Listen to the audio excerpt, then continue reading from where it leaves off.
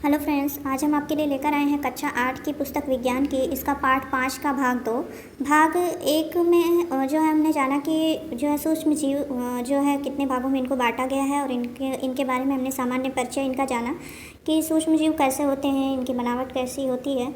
और इसके अतिरिक्त हमने कुछ सूक्ष्म जीवों के बारे में भी जाना और सूक्ष्म जीवों का वर्गीकरण कैसे किया जाता है इसके बारे में भी हमने देखा। और सूक्ष्म जीवों के जो है उपयोगी प्रभाव जो है उनके जो हमारे जीवन पे जो प्रभाव हैं उनके बारे में हमने देखा। अब सूक्ष्म जीवों के उपयोगी प्रभाव तक हमने देख लिया था कि इनके फ़ायदे कौन कौन से हैं। अब हम देखेंगे सूक्ष्म जीवों के हानिकारक प्रभाव के बारे में। तो चलिए स्टार्ट करते हैं वीडियो। अगर आपने पिछला वीडियो नहीं देखा तो आप प्ले लिस्ट में जाकर देख सकते हैं। आगे बढ़ते हैं। हानिकारक सूक्ष्म जीवों के प्रभाव। सूक्ष्म जीवों द्वारा मनुष्यों, जंतुओं और पेड़ पौधों में अनेक रोग होते हैं। जीवाणुओं द्वारा मनुष्य में तपेदिक, हैजा, निमोनिया, टाइफाइड। ठीक है, यहाँ ध्यान देने वाली बात है, तपेदिक, हैजा, निमोनिया और टाइफाइड ये सब जीवाणुओं द्वारा होते हैं। दाद नामक रोग ट्राइकोफाइटान तथा माइक्रोस्पोरम नामक कवक द्वारा होता है। ठीक है, दाग रोग जो है, जो दाद रोग होता है खुजली वाला, वो जो है इन दो कवकों से होता है। कवक के नाम यहाँ पर दिए गए हैं, ट्राइकोफाइटान और माइक्रोस्पोरम। ठीक है, आगे बढ़ते हैं। जंतुओं में अनेक रोग जैसे भेड़ का एंथ्रेक्स रोग बैसिलस एंथ्रेसिस नामक जीवाणु द्वारा होता है। पौधों में अनेक रोग जैसे नींबू का कैंकर रोग जैंथोमोनास नामक जीवाणु द्वारा तथा आलू की पछेता अंगमारी नामक रोग फाइटोफ्थोरा इन्फेस्टेंस नामक कवक द्वारा और गेहूं का काला स्तंभ किट पक्सिनिया नामक कवक द्वारा होता है। ठीक है, यहाँ दिया गया है कि कौन कौन से कवक हैं या जीवाणु, उनका नाम दिया गया है।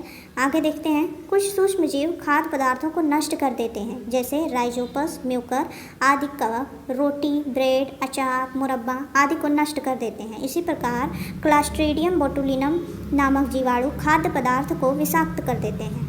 ठीक है, ये जीवाणु जो है क्लास्ट्रीडियम बोटुलिनम, ये जो है जीवाणु खाद्य पदार्थ को विषाक्त यानी जहरीला बना देता है। ठीक है, कुछ सूक्ष्म जीवाणु जैसे थायोबैसिलस डिनॉस्ट्रिफिकेंस नाइट्रेट को नाइट्रोजन तथा अमोनिया में बदल देते हैं जिससे भूमि की उर्वरता में कमी हो जाती है। तो ये थे हानिकारक सूक्ष्म जीवों के प्रभाव। आगे देखते हैं। इसी प्रकार कुछ सूक्ष्म जीव इमारती लकड़ी पर उग करके उसे नष्ट कर देते हैं जैसे पालीपोरस कवक लकड़ी के कटे हुए भाग पर उग करके उसे सड़ा देते हैं। ठीक है, लकड़ी को सड़ाने में इन कवकों का बहुत योगदान होता है, पॉलीपोरस कवक। आगे देखते हैं। सूक्ष्म जीवों के प्रभाव से बचाव, इनसे कैसे बचा जाए इसके बारे में दिया गया है। सामग्री के उचित संग्रह तथा संरक्षण से सूक्ष्म जीवों द्वारा होने वाली हानि को रोक सकते हैं। सूक्ष्म जीव जहाँ हमें रोगग्रस्त कर देते हैं वहीं हमारे दैनिक जीवन की वस्तुओं को नष्ट भी कर देते हैं। डबल रोटी, पुस्तकें, चमड़े की वस्तुएं, खाद्य सामग्री आदि सूक्ष्म जीवों के द्वारा खराब हो जाती हैं। उष्ण तथा नम वातावरण में सूक्ष्म जीव इन वस्तुओं पर उग आते हैं और इन्हें खराब कर देते हैं। सूक्ष्म जीवों से सुरक्षित रखने तथा उनसे होने वाली आर्थिक हानि से बचाने के लिए निम्नलिखित उपाय किए जा सकते हैं। पहला है, फैब्रिक तथा चमड़े के सामानों का कैसे ध्यान रखा जाए कि ये जो है खराब ना हो, इन जीवाणुओं के जो है संपर्क में ना आए, उसको देखते हैं। फैब्रिक तथा चमड़े के सामान का क्षरण सूक्ष्म जीवों द्वारा न हो, इसके लिए इनका उचित संग्रह आवश्यक है। ठीक है, चमड़े को टैनिंग करके सुरक्षित रखा जा सकता है। सूर्य के प्रकाश में चमड़े पर लगे सूक्ष्म जीव नष्ट हो जाते हैं। ठीक है, इसको टैनिंग करके सुरक्षित रखा जा सकता है। और आगे है टिम्बर को सूक्ष्म जीवों से बचाव हेतु। टिम्बर जो है इमारती लकड़ी को कहते हैं। टिम्बर यानी इमारती लकड़ी को सूक्ष्म जीवों से बचाने के लिए पेंट करना आवश्यक है। फर्नीचर आदि लकड़ी से बनी वस्तुओं को दीमक आदि से बचाव के लिए इनके खाली भाग को पुटीन द्वारा भर देना चाहिए तथा कीटनाशक दवाओं जैसे गेमेक्सिन आदि का छिड़काव करने से कीट संक्रमण से बचाया जा सकता है। आगे है भोजन को रेफ्रिजरेटर स्टरलाइजेशन द्वारा सुरक्षित रखकर। भोजन को कैसे सुरक्षित रख सकते हैं इसके बारे में देखते हैं। आपने कभी सोचा है कि गाय भैंस का दूध दुहने के बाद उसे उबाला जाता है? यदि दूध को उबाला नहीं जाए तो क्या होगा? स्टरलाइजेशन एक विधि है जिसके द्वारा खाद्य पदार्थों को सूक्ष्म जीवों से मुक्त किया जाता है। इससे खाद्य पदार्थ एक निश्चित समय तक खराब नहीं होते हैं। फ्रिज यानी रेफ्रिजरेटर एक उपकरण है जिसके द्वारा सामान्य ताप से कम ताप 5 डिग्री से 10 डिग्री उत्पन्न कर सूक्ष्म जीवों की उपापचयी क्रियाएं तथा वृद्धि को नियंत्रित किया जाता है। इसलिए फ्रिज का उपयोग फल, सब्जियों तथा खाद्य पदार्थों को संरक्षित करने के लिए एवं पेय पदार्थों को ठंडा करने के लिए किया जाता है। आगे है कुछ और भी जानें। लुई पाश्चर 1866 ने दूध में किण्वन रोकने के लिए पाश्चरीकरण विधि का पता लगाया। दूध में जो है किण्वन रोकने के लिए पाश्चरीकरण विधि का पता किसने लगाया? Louis Pasteur. ठीक है। लो टेम्परेचर होल्डिंग विधि में दूध को 145 फ़ारेनहाइट पर लगभग 30 मिनट गर्म करते हैं। हाई टेम्परेचर शॉर्ट टाइम विधि में दूध को 161 फ़ारेनहाइट पर लगभग 15 सेकेंड गर्म करते हैं। इस विधि में सभी हानिकारक या रोगकारक जीवाणु व बीजाणु मृत हो जाते हैं। ठीक है। और इसी कारण से जो है दूध जो है फटता नहीं है। पाश्चरीकरण विधि के बारे में हमने जाना। अब आगे है भोज्य पदार्थों को उबाल कर भी जो है उनको संरक्षित किया जा सकता है। तो देखते हैं। डिब्बों में भरने से पहले खाद्य पदार्थों को भाप द्वारा 15 पाउंड दाब या 120 डिग्री सेल्सियस से 126 डिग्री तापमान पर लगभग 12 से 19 मिनट तक गर्म करते हैं, जिससे जीवाणु और उनके अंतःबीजाणु पूर्णतया मृत हो जाते हैं। तो ये था उबाल करके संरक्षित करने का तरीका। आगे है पुस्तकों तथा वस्त्रादि में कीटनाशक दवाओं का प्रयोग करके। सूर्य के प्रकाश में पुस्तकें, वस्त्र आदि सामानों को रखने पर इन वस्तुओं पर लगे सूक्ष्म जीव नष्ट हो जाते हैं। गर्म ऊनी कपड़ों को कीटों से सुरक्षित रखने हेतु नेपथलीन की गोलियों का प्रयोग किया जाता है। कीटनाशक दवाओं जैसे गैमेक्सिन को उस स्थान पर डालने से वस्तुओं को कीट संक्रमण से बचाया जा सकता है। तो इस तरह से पुस्तकों की रक्षा की जा सकती है सूक्ष्म जीवों से। आगे है कुछ और भी जानें। इसके बारे में देखते हैं। अचार में नमक मिलाकर रखने से नमक संरक्षक का कार्य करता है। इसके द्वारा उत्पन्न माध्यम में एंजाइम निष्क्रिय हो जाते हैं, जो सामान्य तापक्रम में भोजन विखंडित कर देते हैं। तो अचार में नमक मिलाने से जो है वो सुरक्षित रखता है और सूक्ष्म जीवों के प्रभाव से बचा रहता है। आगे है जैम, जेली व शरबत जिन बर्तनों में सुरक्षित रखे जाते हैं उनको जीवाणु रहित या विसंक्रमित किया जाता है। इसके लिए बर्तनों को निश्चित समय के लिए पानी में खौलाया जाता है। इसके अतिरिक्त इन सामग्रियों में सोडियम मेटाबाइसल्फेट तथा सोडियम बेंजोएट की निश्चित मात्रा मिलाई जाती है, जो परिरक्षक का कार्य करती है। ठीक है। जैम, जेली और शरबत में क्या क्या मिलाया जाता है? सोडियम मेटाबाइसल्फेट और सोडियम बेंजोएट। सॉस, चटनी में एसिटिक अम्ल परिरक्षक का कार्य करता है। और आगे है दूषित जल व भोजन हमारे लिए हानिकारक है, इसलिए स्वच्छ जल या ताज़ा भोजन या उचित ढंग से संग्रहित किए गए भोजन का ही प्रयोग करना चाहिए। आगे है सूक्ष्म जीवों से होने वाली बीमारियां। ये इंपॉर्टेंट है बहुत।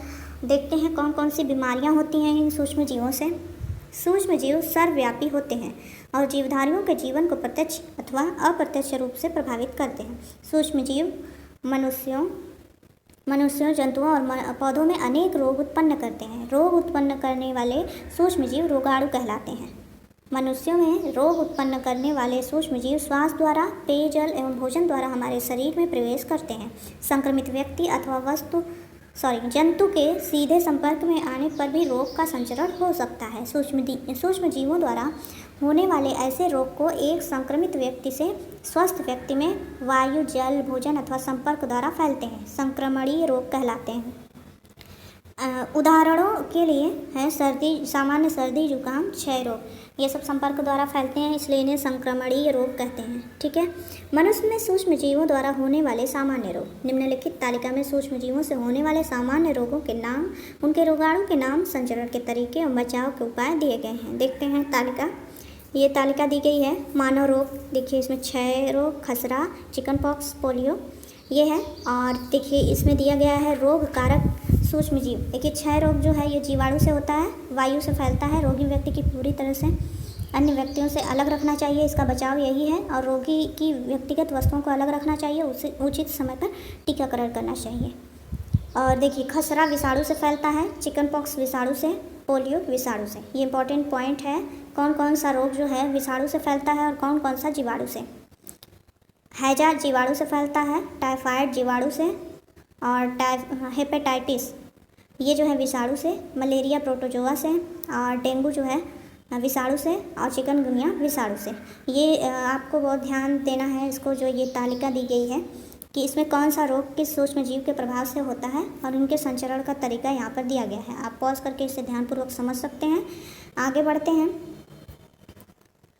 ये है जापानी कुछ और पॉइंट दिए गए हैं यहाँ पर तालिका में नीचे।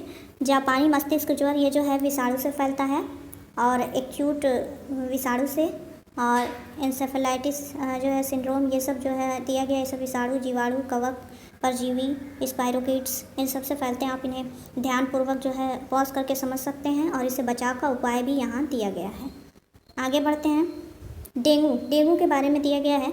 डेंगू विषाणु द्वारा होने वाला रोग है। किससे फैलता है? विषाणु। अभी ऊपर हमने तालिका में भी देखा।